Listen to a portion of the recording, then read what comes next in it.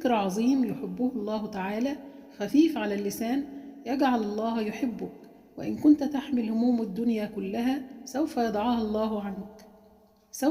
الله عنك ويكون لك نورا وأجرا باقيا حتى بعد موتك. استمع إلى فضل هذا الذكر لشيخنا العلامة ابن عثيمين رحمه الله.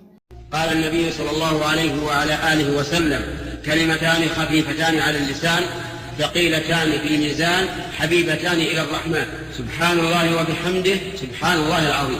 وهما كلمتان كما قال النبي صلى الله عليه وعلى آله وسلم خفيفتان على اللسان، سبحان الله وبحمده خفيفة، هما أيضا ثقيلتان في الميزان. إذا كان يوم القيامة ووزنت الأعمال ووضعت هاتان الكلمتان في الميزان ثقلتا به. والثالث حبيبتان إلى الرحمن، وهذا أعظم الثوابين، أن الله تعالى يحبهما، وإذا أحب الله العمل أحب العامل به، فهاتان الكلمتان من أسباب محبة الله للعبد. ما معنى سبحان الله وبحمده سبحان الله العظيم؟ المعنى أنك تنزه الله تعالى عن كل عيب ونقص، وأنه الكامل من كل وجه جل وعلا، مقرونا هذا التسبيح بالحمد الدال على كمال إفضاله وإحسانه إلى خلقه جل وعلا وتمام حكمته وعلمه وغير ذلك من كماله. سبحان الله العظيم يعني ذي العظمة والجلال، فلا شيء أعظم من الله تعالى سلطانا، ولا أعظم قدرا، ولا أعظم حكمة، ولا أعظم علما، فهو عظيم بذاته وعظيم بصفاته جل وعلا. سبحان الله وبحمده سبحان الله العظيم. فيا عبد الله أدم هاتين الكلمتين، قلهما دائما، لأنهما ثقيلتان في الميزان وحبيبتان إلى الرحمن، وهما خفيفتان على لسانه. ثم ذكر الحديث الثاني عن أبي هريرة أن النبي صلى الله عليه وسلم قال: لأن أقول سبحان الله والحمد لله ولا إله إلا الله والله أكبر 4 كلمات أحب إلي مما طلعت عليه الشمس، يعني أحب علي من كل الدنيا.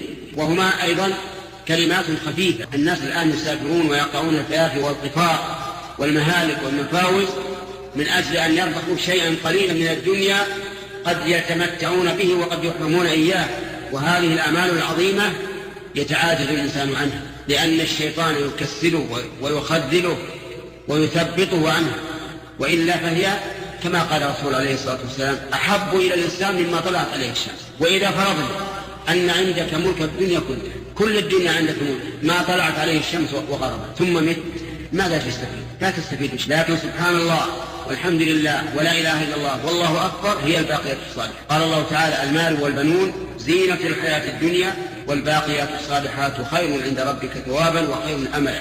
فينبغي لنا أن نغتنم الفرصة بهذه الأعمال الصالحة. أما الحديث الثالث والرابع فهو من قال في يومه 100 مرة: لا إله إلا الله وحده لا شريك له، له الملك وله الحمد وهو على كل شيء قدير، حصل له هذه الأرباح الخمسة. أولا كان كمن آتق 10 رقاب، وثانيا كتبت له 100 حسنة وحطت عنه 100 خطيئة، وكانت له حرزا من الشيطان، ولم يأتي أحد بأفضل مما جاء به إلا من عمل أكثر مما عمل. يمكن وأنت تنتظر صلاة الفجر بعد ما تأتي للمسجد تسنن تقولها، يمكن تكملها، أو أنت في طريقك من بيتك إلى المسجد بعد طلوع الفجر تقولها تنتفع بها. اكثروا من قول سبحان الله والحمد لله ولا إله إلا الله والله أكبر، هي الباقيات الصالحات وأحب الكلام إلى الله، فرب تسبيحة ترفعك عند الله درجات عظيمة.